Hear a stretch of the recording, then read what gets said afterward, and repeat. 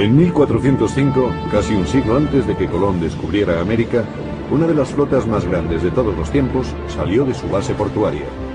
Al mando estaba el almirante Shen He. Su flota era más grande y poderosa que todas las flotas de Europa juntas.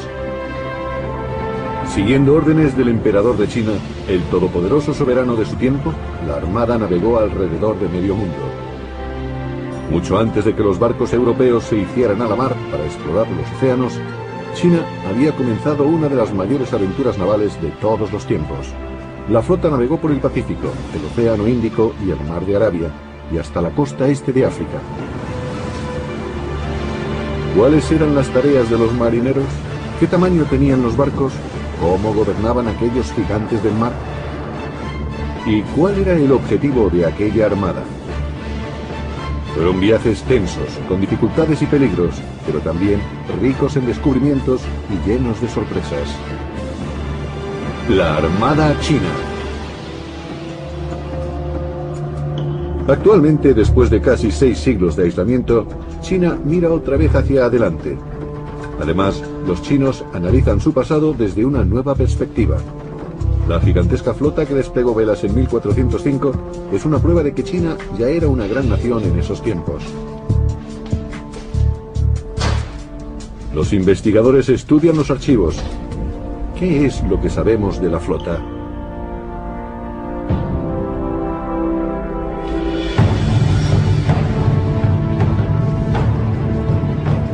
La historia de la Armada Imperial comienza en 1402.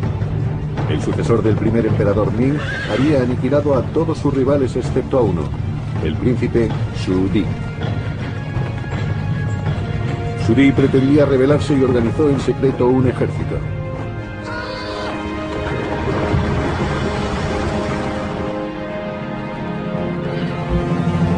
La guerra civil estalló. El 13 de julio de 1402, los rebeldes conquistaron el Palacio Imperial de Nankín, dejándolo en ruinas.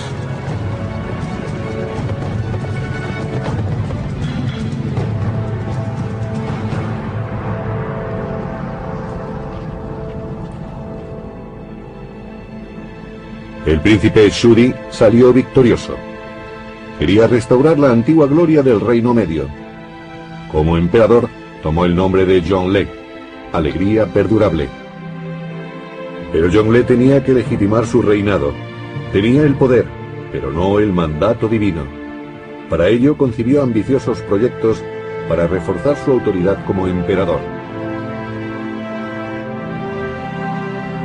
Durante su reinado, la Gran Muralla se extendió otros 1400 kilómetros para proteger al imperio de los mongoles del norte.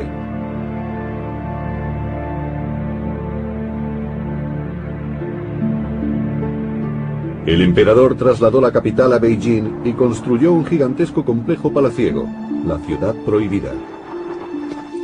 Ordenó por decreto que se recopilara todo el saber acumulado en el Imperio Chino.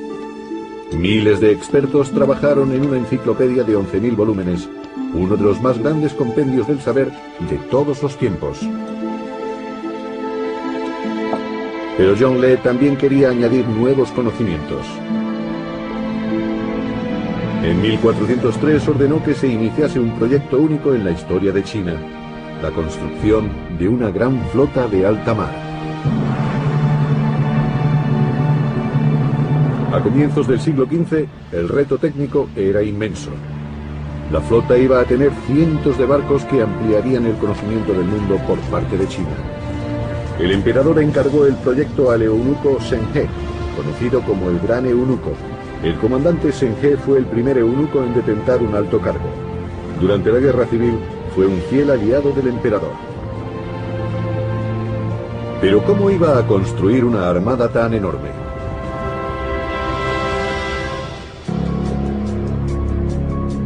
En 2003, exactamente 600 años después de que Zhongle diera la orden de construir la flota, los arqueólogos se encontraron con algunas pistas.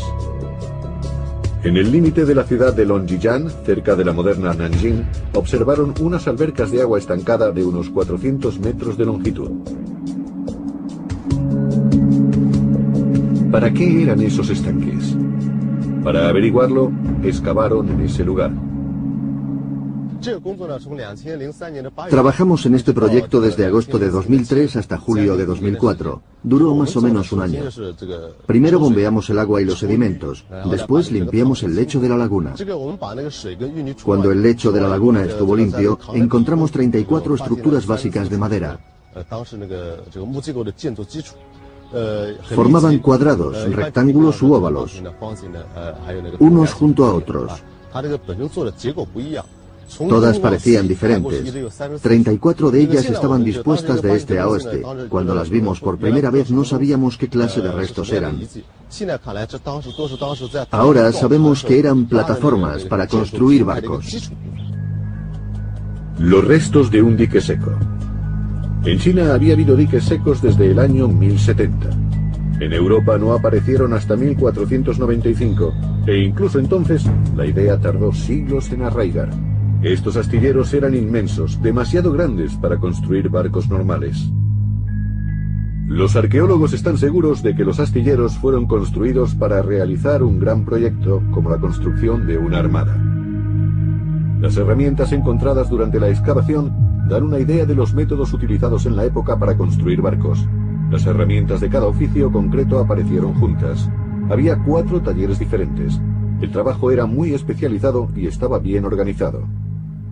Unas marcas especiales, grabadas en las herramientas, indicaban que estas eran propiedad imperial. Hace 600 años, estos astilleros eran la obra de mayor envergadura en China después de la Gran Muralla. Trabajó gente de toda China. La obra dio empleo a más de 20.000 personas. Shen He tenía a su disposición todos los conocimientos científicos y técnicos de su tiempo, pero debía tener preparados los primeros 60 juncos en un tiempo récord, en solo 2 años. Y el emperador los quería mucho más grandes que los barcos normales que surcaban los océanos. Por eso Shen He desarrolló un nuevo tipo de embarcación. Combinaba el casco de fondo plano del junco para aguas poco profundas con la mayor capacidad de un navío transoceánico. Para mares tempestuosos tenía una segunda quilla. ¿Cómo se construían estos barcos en el dique seco? Las plataformas nos dicen cómo fueron construidos los barcos. Por el trazado este-oeste de las plataformas, podemos afirmar que los barcos fueron construidos de este a oeste, y no de sur a norte, como dijeron algunos expertos.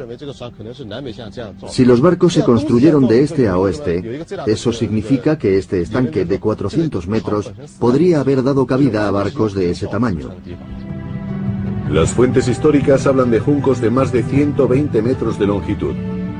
Un verdadero reto para los constructores porque los barcos también tenían que maniobrar fácilmente y tener estabilidad. Los juncos de madera no son tan robustos como los barcos de acero. ¿Exagera las fuentes? ¿Puede tener un junco 120 metros de longitud? ¿Puede un navío semejante a resistir una tormenta en el océano? Un hallazgo realizado en la provincia de Fujian responde a estas preguntas. Alrededor de 1970, unos obreros encontraron el casco de un junco del siglo XIII. Sus restos mostraban que en China, las técnicas para la construcción de embarcaciones ya estaban muy desarrolladas 200 años antes de que se construyera la armada. El gran barco de madera desenterrado en Xuanzhou se construyó durante la dinastía Song. Los barcos de ese diseño navegaban por vías fluviales. Pero el barco de Xuanzhou era para navegar por el océano. Sus compartimentos fueron construidos con ese fin. La embarcación de Quanzhou tenía un fondo muy plano. Teniendo la proa cuadrada y 24 metros de longitud, cabía suponer que sería estrecho, pero tenía 10 metros de anchura, con mamparos de madera que hacían de estabilizadores. Los mamparos también proporcionaban al barco compartimentos estancos, una característica muy avanzada que mejora la estabilidad, especialmente en los barcos de fondo plano, y minimiza el riesgo de la entrada de agua si se perfora el casco.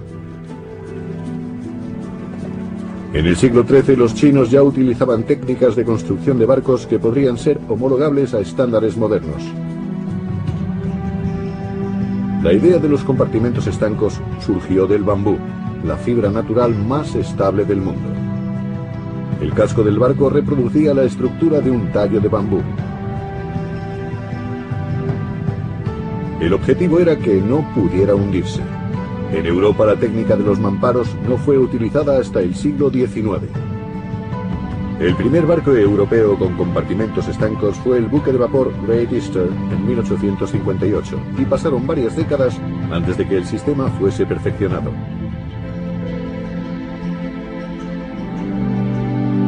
Los navíos chinos fueron 500 años por delante de nosotros, dijo un experto francés a principios del siglo XX. Hoy sería impensable construir un barco sin compartimentos estancos. En China, en los días de la Armada Imperial, era una práctica habitual. Se acarreó la madera de todas partes del país. Bosques enteros fueron talados para construir uno solo de aquellos barcos. ¿Cuál era el tamaño de los barcos? Las fuentes históricas dicen que algunos de ellos, los barcos tesoro, medían más de 120 metros de largo y tenían 9 mástiles. Eso les convertiría en los barcos de madera más grandes de todos los tiempos. Los arqueólogos buscaron pruebas del tamaño de los barcos tesoro en los diques secos de Longjiang.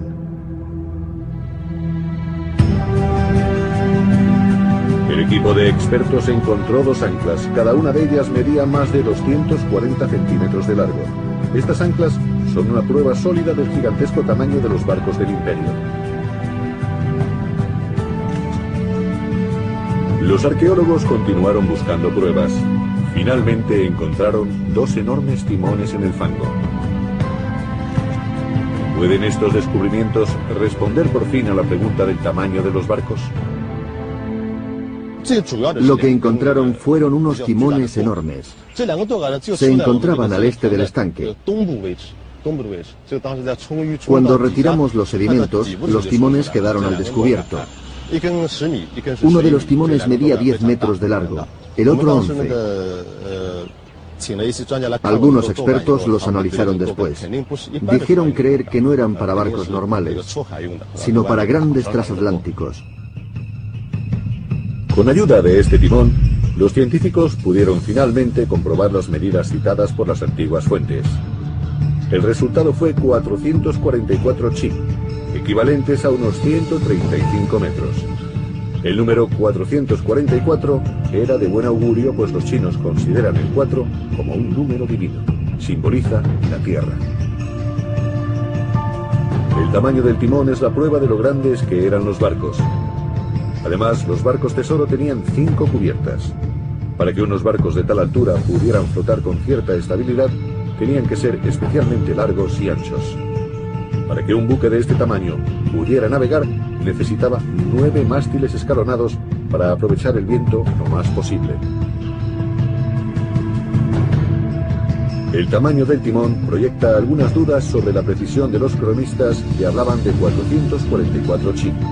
Probablemente fuesen ilusiones suyas. Los historiadores estiman que los barcos medían 126 metros de largo y 51 metros de ancho, medidas superiores a las de un campo de fútbol.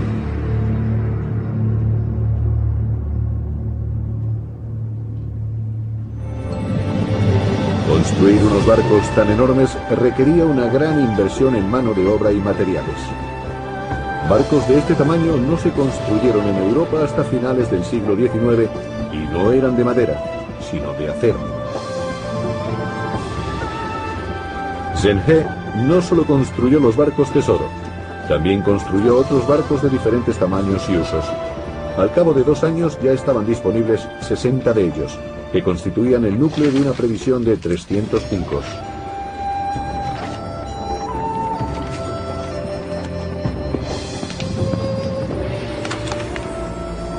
Una vez terminados, los barcos tenían que ser botados.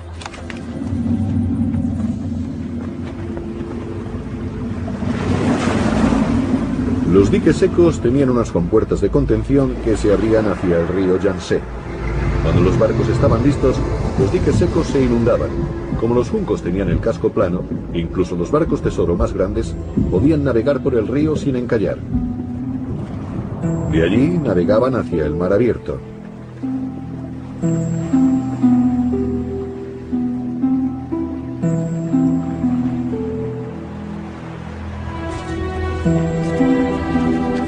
Había terminado la primera parte de la tarea de Shen He.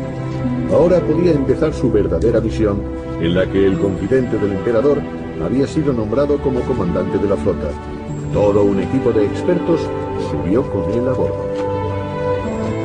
Intérpretes y diplomáticos, astrónomos y navegantes, doctores y científicos médicos, así como astrólogos y geomantes para adivinar la meteorología.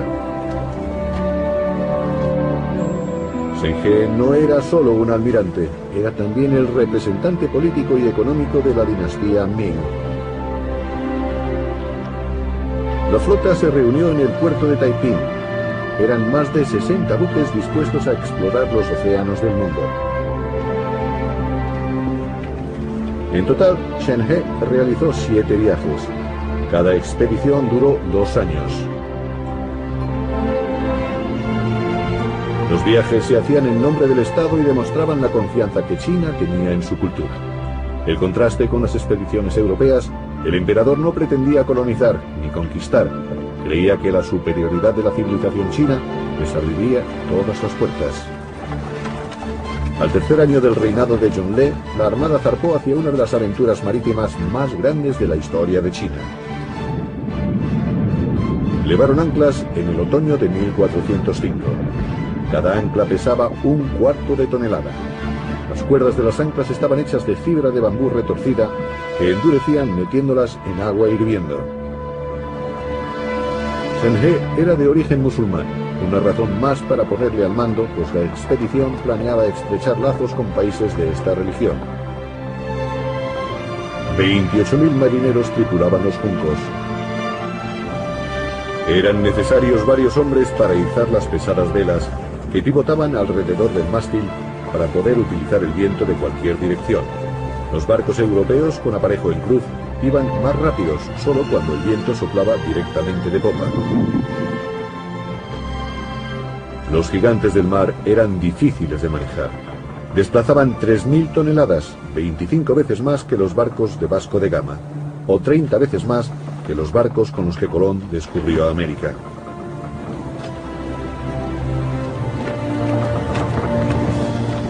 En algunos de sus viajes, Shen He tuvo bajo su mando hasta 300 barcos. Colón, que navegó casi un siglo más tarde, solo tuvo 3.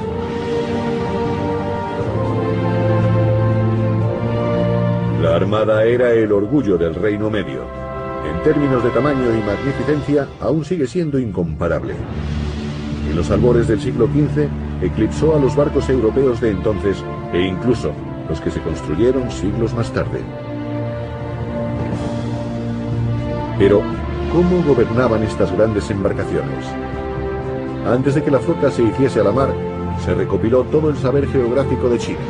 Comerciantes y mercaderes de todo el mundo aportaron sus conocimientos y los expertos reunieron una exhaustiva colección de cartas de navegación. Además de la brújula que China había perfeccionado en el siglo XI, las cartas facilitaron la navegación de la flota por aguas extranjeras. Pero las cartas chinas eran diferentes a los mapas modernos que tienen el norte arriba. Dibujaban el mundo como una serie de vías y rutas marinas, identificables por unos iconos determinados que les servían de referencia. Era un sistema muy simple. Los mapas guiaban a los marineros por medio de estos dibujos. Lugares característicos, como la isla de los 5 tigres, eran puntos de orientación para un cambio de rumbo. Si se superpone la orientación norte-sur de un mapa moderno a una de aquellas antiguas cartas de navegación, es obvio que los puntos de la brújula no tienen nada que ver con ellas. Habitualmente los navegantes buscan puntos de referencia. Encontrar marcas en el mar era difícil, por eso buscaban marcas terrestres para navegar. Podía ser un puerto, una isla, una roca o un paisaje. En aquel tiempo, no sabían mucho sobre longitudes y latitudes, ni podían medirlas tan fácilmente como lo hacemos nosotros ahora. Por eso, no utilizaban ejes de coordenadas, sino referencias terrestres. Pero en alta mar no hay referencias terrestres. Para resolver este problema, los mapas contenían otras instrucciones. Indicaban la velocidad de navegación requerida y los tiempos en que se debía cambiar el rumbo. El barco solo tenía que guiarse por la carta y cambiar el rumbo siempre y cuando se hubiesen mantenido el tiempo y la velocidad indicada.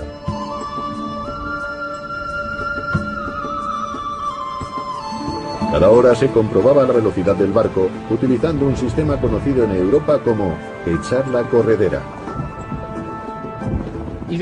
Un marinero arrojaba un trozo de madera desde la proa del barco mientras el barco estaba en movimiento. Teóricamente, el trozo de madera no debería moverse en el mar. El barco se mueve, pero el trozo de madera no.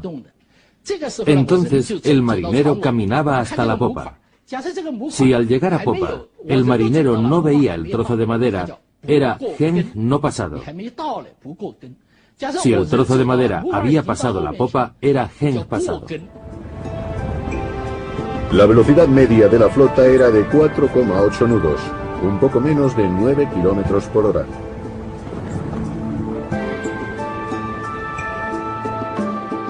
Su primer destino fue el sureste de Asia.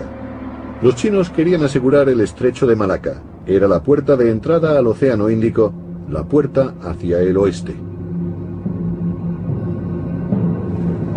Entonces, como ahora, los piratas merodeaban por aquel estratégico lugar, saqueaban los barcos mercantes y controlaban el paso del Océano Índico. Su buen conocimiento de la zona dificultaba que los chinos pudiesen capturarlos. ¿Estaba la artillería de la flota especialmente preparada para enfrentarse a los piratas? Para el combate en el mar, los chinos utilizaban armas de fuego y cohetes explosivos que tenían un alcance mayor que las municiones pesadas. Su objetivo era incendiar las velas enemigas. Los buques de guerra contaban con barcos patrulleros más pequeños y juncos de 5 mástiles. Estos se utilizaban también en la lucha contra los piratas. Viendo la superioridad de la artillería china, el jefe pirata Chen Suji comunicó su rendición. Estaba tendiendo una trampa, pero Shen He, prevenido, dio la vuelta a la situación y preparó su propio ataque. Se dice que en la batalla resultante murieron 5.000 piratas, ardieron 10 de sus barcos y fueron capturados otros 7. Pero el jefe pirata no fue capturado hasta varias semanas después. Hay un documento que da fe de su destino. En el 4º año del emperador, Chen Zuyi fue llevado a Nankín. Allí se dio la orden de que fuera decapitado públicamente. Quien controlaba aquel estrecho pasaje marítimo, controlaba el paso al Océano Índico. Una vez vencidos los piratas, Shen He pudo establecer una base en el estrecho de Malaca. Consolidó su posición en aquel punto estratégico y se garantizó los suministros en futuros viajes. Pronto estableció lazos de amistad con el rey de Malaca. Aún existen pruebas que demuestran la presencia de Shen He allí. Se dice que su campamento estuvo en un lugar llamado Sanbao. Este es el llamado Monte Sanbao. Es la mayor montaña cementerio fuera de China. Hay 12.500 tumbas en las laderas de esta montaña. Se dice que durante la dinastía Min, cuando Zheng viajó al mundo occidental, él y su tripulación acamparon en esta montaña. En los siglos siguientes, la influencia china fue creciendo en la parte sur del archipiélago malayo.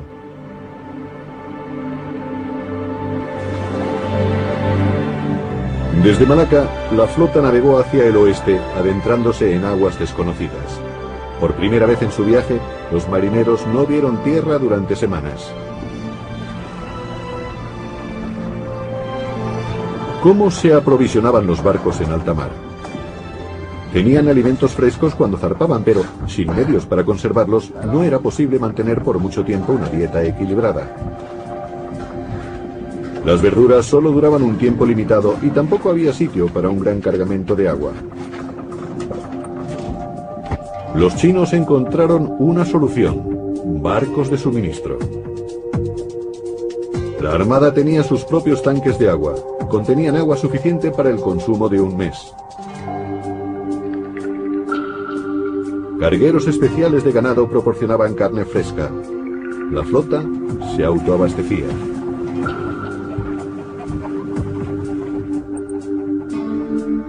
La innovación más notable fueron los barcos granja. Utilizaban plataformas elevadas para cultivar soja, que da una gran producción en un espacio reducido. ¿Qué tiene de especial la soja? Científicos de la Universidad China de Agricultura investigan las propiedades de la soja.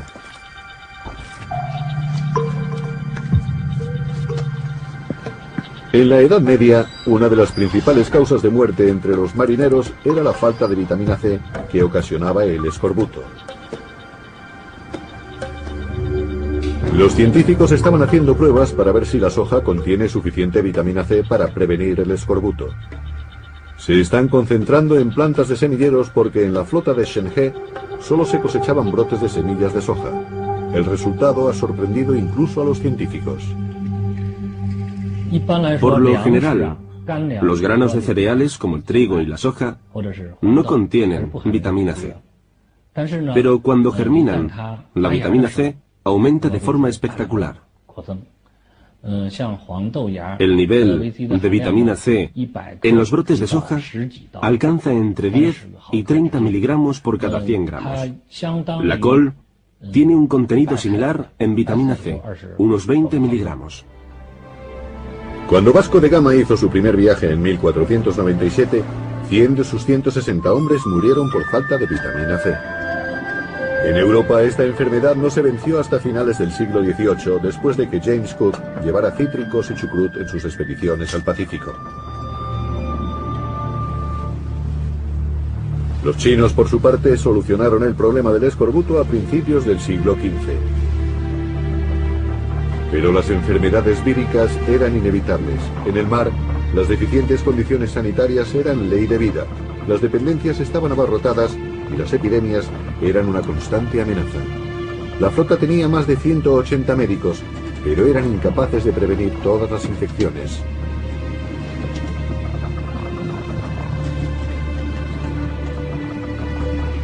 Shenhe tuvo que dar una orden. Los miembros enfermos de la tripulación no deben morir a bordo. Los moribundos serán envueltos en una manta y arrojados al mar. La regla no siempre se cumplía al pie de la letra.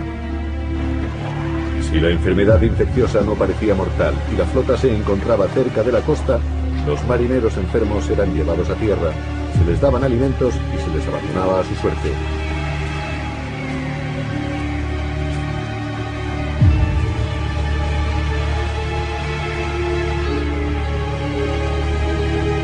Cuenta la leyenda que uno de ellos consiguió volver a China sano y salvo 2 años después de haber sido abandonado en tierra.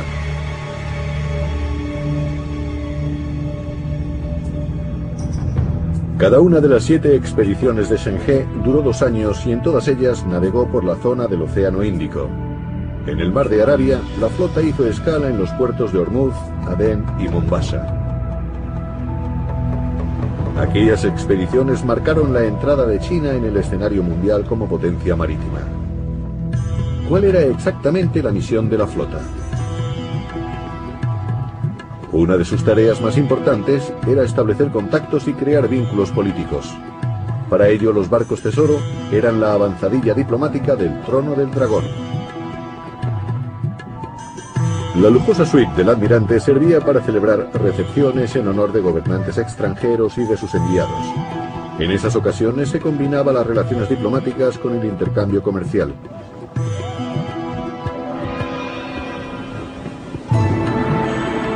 La flota permaneció fondeada frente a la costa sur de la India durante muchas semanas, pues la ciudad de Calicut era un puente entre Asia y Europa.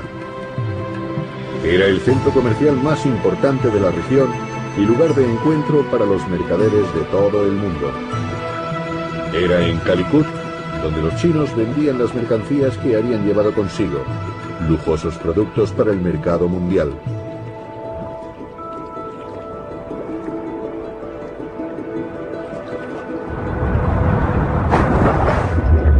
Nunca se han encontrado barcos tesoro hundidos, pero el mar conserva algunas pistas de lo que exportaban los chinos.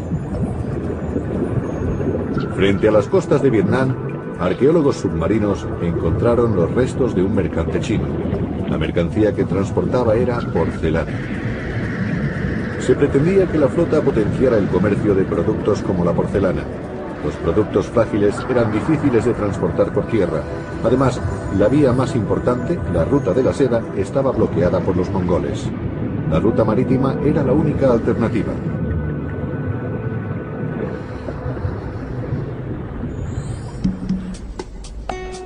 Porcelana, el oro blanco chino. En el siglo XV ya era uno de los artículos de consumo más apreciados del mundo, pues en la era Ming se trabajó con la verdadera porcelana. En la actualidad, los jarrones Ming valen una fortuna, se compran y venden como obras de arte. La flota necesitaba una gran cantidad de porcelana. La producción en los talleres imperiales se multiplicó por 50 con los viajes de la flota. Al poco tiempo, la cerámica ya solo se producía para la exportación.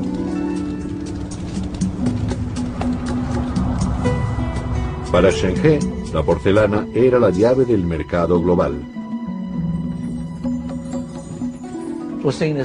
En aquellos días se comerciaba mediante el intercambio o se compraban mercancías con monedas antiguas de cobre, pero el intercambio era más popular.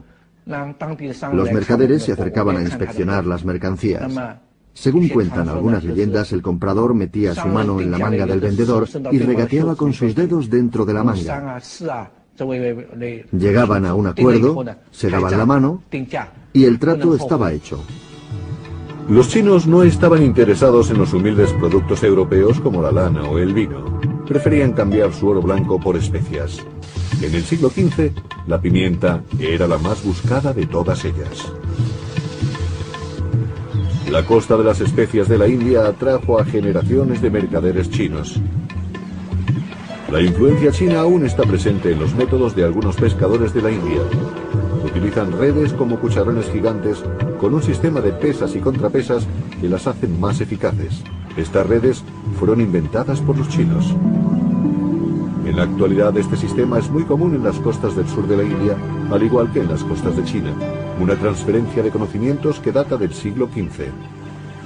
Pero el comercio y los conocimientos no fueron las únicas razones para enviar a la Armada Imperial.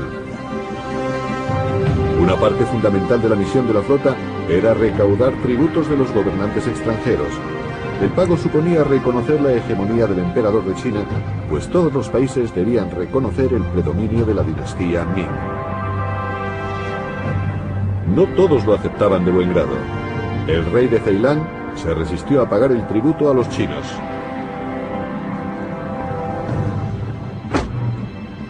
Shen He no siempre era un pacífico embajador. Estaba dispuesto a conseguir por la fuerza las exigencias de China.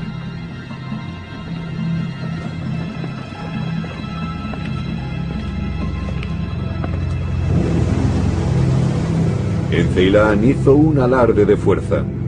Desembarcó tropas y declaró la guerra. Fue la única batalla terrestre importante que el ejército imperial libró fuera de China. Sin embargo, China se convirtió en una potencia que había que tener en cuenta. Su flota era una amenaza para cualquier país que se negara a reconocer su dominio. Por lo general, la mera aparición de la flota era suficiente para garantizar que las demandas chinas fuesen satisfechas.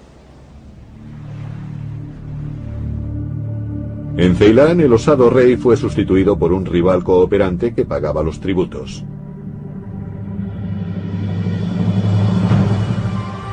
Generalmente, China se limitaba a blandir el sable. El Reino Medio prefería no conquistar por la fuerza, le servía con mostrar la bandera.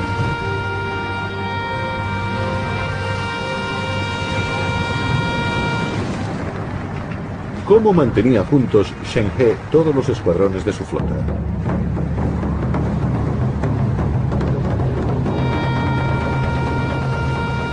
Se empleaban señales sonoras y un sistema de signos con banderas para comunicarse entre los barcos. Para distancias más largas, utilizaban palomas mensajeras. Las comunicaciones eran especialmente importantes cuando amenazaba algún peligro.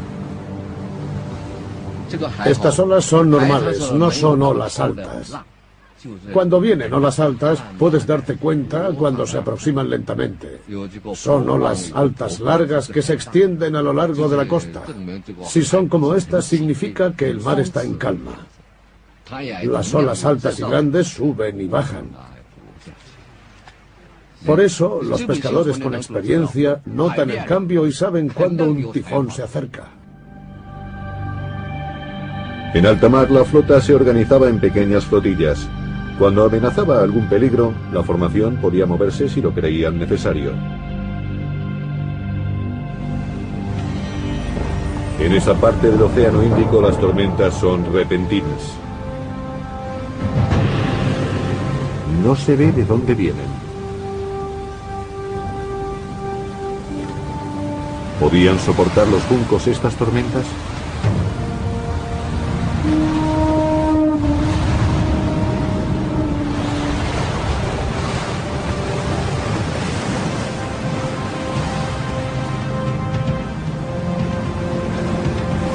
La tripulación tenía que reaccionar con rapidez.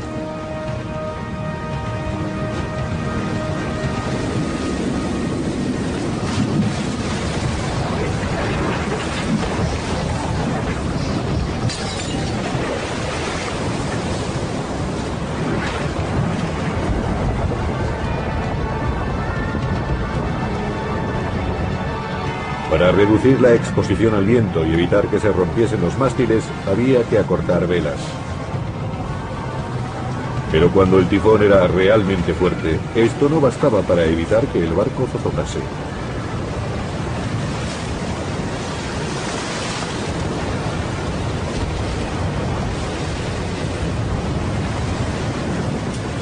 Para estabilizar el barco había que bajar parcialmente las anclas. Esto hacía a los barcos más estables con olas de gran tamaño. Era una tarea peligrosa. Pero los barcos podían hacer frente a las tormentas.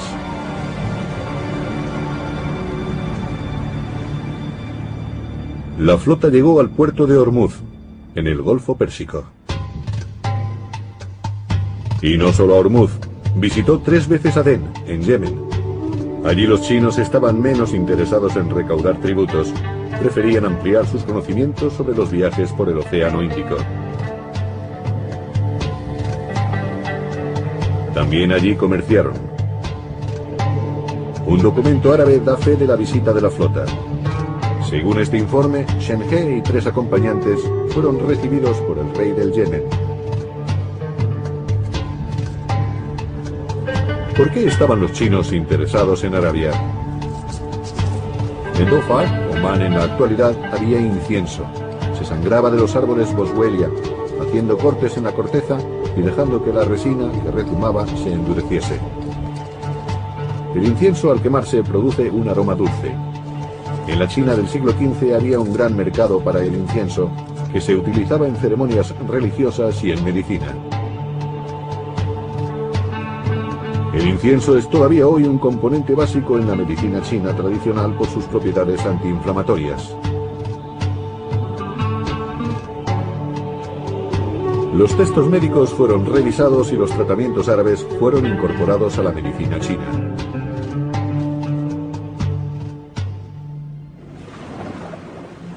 La preciosa resina también era indispensable a bordo. Un guardián del incienso se ocupaba de quemar pebeteros día y noche. La quema constante del incienso dividía el día en 10 turnos de guardia.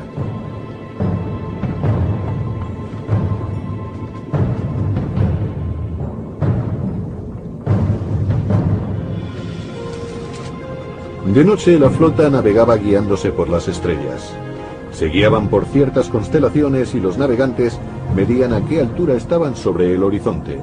Así conocían su propia situación en el mar.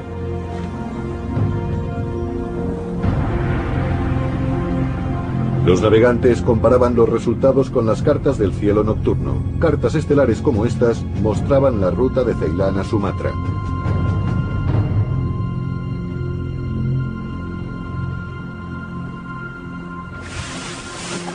En cada viaje los barcos se iban cargando con mercancías preciosas de todo el mundo.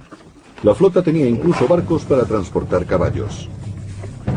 El ejército chino criaba caballos, sobre todo caballos árabes de pura sangre, caballos de gran fortaleza. Los usaban para defender las fronteras del norte de China contra los mongoles, que llegaban en caballos ágiles pero más pequeños. Desde Arabia y Persia, la flota hizo 3 expediciones a África, a lo que hoy es Somalia, Kenia y Tanzania. Su puerto de escala más meridional fue el de Mombasa.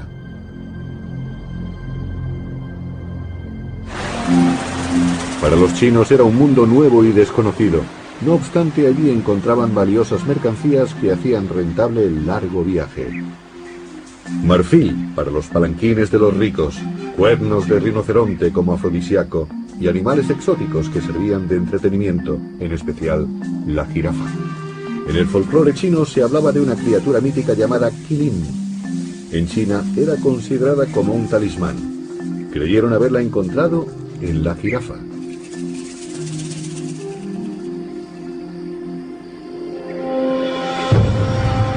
En conjunto la flota cumplió con éxito su misión. Cada nuevo viaje aportaba nuevas conexiones comerciales y nuevos productos. Shen He tejió una red internacional de relaciones diplomáticas. No se trataba de celo misionero. Para él y para sus coetáneos, la fe era una decisión personal de cada individuo. Sus sucesores europeos lo vieron de un modo diferente. Si se suman los kilómetros de todas las expediciones, los navegantes recorrieron cerca de 50.000 kilómetros. Los marineros constituían una muestra representativa de la sociedad china en la era Ming. Para reparar cualquier daño en el mar, había constructores de barcos, también herreros, obreros, artesanos y comerciantes. Todos formaban parte de la misión para extender el poder de China por el mundo. No fueron las colonias, sino el cobro de tributos lo que hizo de China la mayor potencia del sureste asiático. Después de cada viaje, enviados extranjeros viajaban a Beijing con regalos preciosos y animales exóticos. En 1421, la llegada de la flota coincidió con la inauguración del nuevo Palacio Imperial de Beijing. El día de Año Nuevo, la nueva capital estaba repleta de gentes de todos los rincones de China que habían venido a homenajear al emperador. Más de 1 millar de mensajeros de 30 países trajeron regalos. No solo venían del este de Asia, también había persas, árabes y africanos.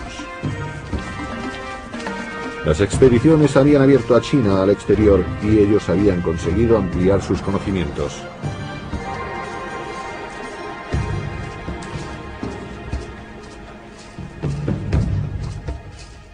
Uno de los presentes fue una jirafa.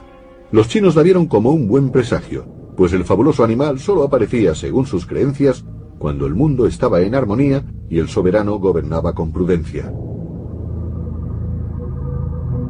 Pero no todos pensaban que Zhongle era prudente. La corte imperial estaba dividida en 2 bandos. Hacia el final de su reinado, las críticas a sus proyectos aumentaban a su alrededor. En 1424, 3 años después de la inauguración de su palacio, los cronistas recogieron la muerte del emperador a los 65 años de edad. Durante 100 días estuvo de cuerpo presente en la ciudad prohibida. China lloró su pérdida. La muerte del emperador fue un duro golpe para Shen He. Había perdido a su gran patrón. Una lucha encarnizada se desató en la corte sobre la sucesión de Zhongle. Durante su reinado habían ido en aumento las críticas por los costes de la flota.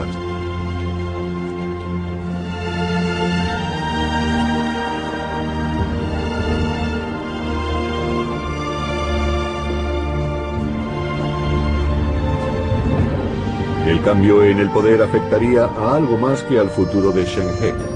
El futuro de la flota china también dependía de quién reinase.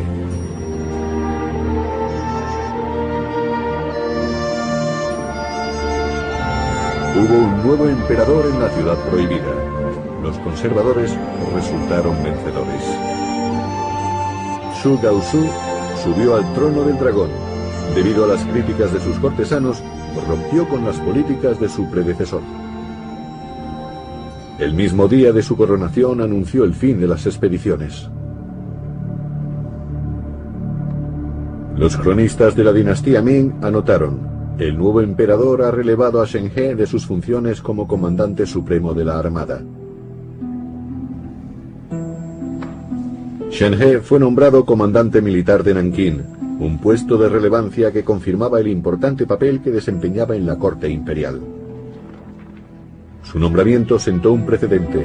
En lo sucesivo, otros muchos eunucos fueron nombrados comandantes, pero después de tantos años en el mar, el cambio no resultó fácil para Shen He. Aún esperaba comandar una nueva expedición. Entretanto, los barcos se iban deteriorando.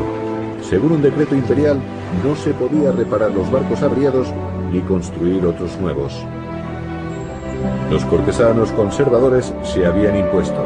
Ellos no se habían beneficiado del comercio que la flota había proporcionado, pues solo se permitió trabajar como comerciantes y banqueros a los eunucos. Para los administradores, la flota era una molestia, la causa del constante aumento de los impuestos. Pocos años después del decreto imperial, solo la mitad de los barcos estaban en condiciones de navegar. El trabajo de toda la vida de Shen He se pudría en la playa. El excomandante quería una placa para inmortalizar los viajes de la armada. Era consciente de la oposición de la corte y temía que los cronistas del Estado ocultaran sus expediciones para impedir que alguien pudiera emprender algún día un proyecto similar.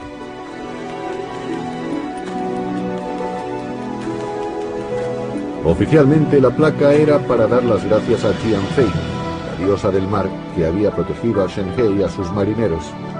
Pero para Shen He era también una oportunidad de dejar constancia de sus expediciones para la posteridad.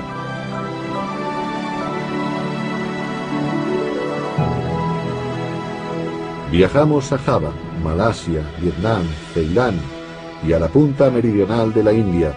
De allí navegamos a Hormuz y Adén hasta Mogadiscio. Viajamos a otros 30 reinos, grandes y pequeños.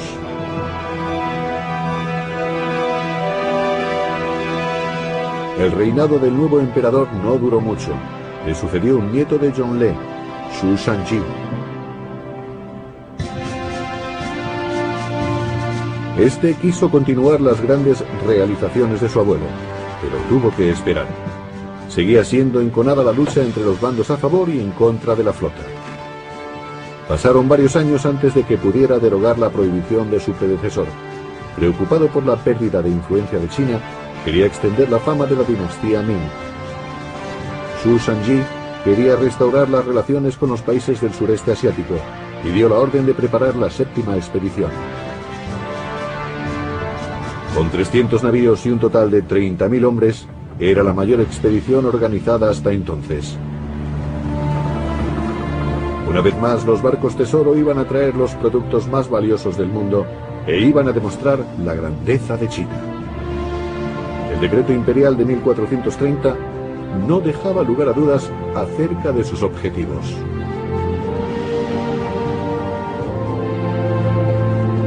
Todo debe empezar de nuevo desde el principio. Con esta orden, envío al eunuco Shen He a que consiga que los países de ultramar muestren su respeto al celeste imperio.